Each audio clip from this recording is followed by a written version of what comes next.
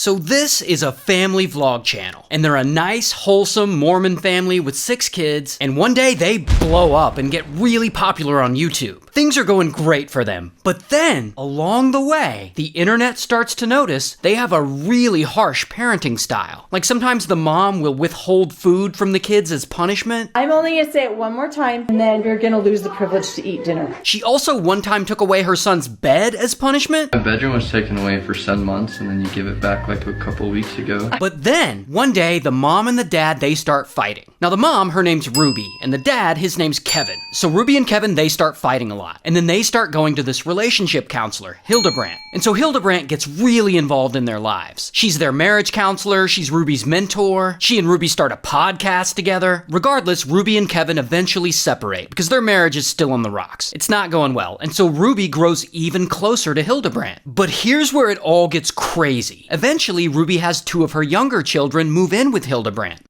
for full-time therapy treatment. I guess it's to teach them to be more obedient kids or something. And so then Ruby and Hildebrandt create a concentration camp type setting for these 2 kids. So the kids, we'll call him 11 because he's 11, and we'll call her 9 because she's 9. And Ruby and Hildebrandt tell 11 and 9 all kinds of stuff. That they're both evil, that they're both possessed, that when they step out of line, they need to be punished, either by being denied food or being tied up and beaten. Like as a punishment, they'll make them do physical labor out in the hot summer sun without socks and shoes on. They hold their heads under water as a punishment. They make them jump into a cactus as a punishment, and all kinds of awful stuff that I won't get into. And while they're doing all this, Ruby and Hildebrandt also run this organization on the side. An organization that gives parenting advice. And they also run an Instagram account called Moms of Truth, also dedicated to giving parenting advice. So this goes on for a while, and these poor kids are stuck in a horrible situation.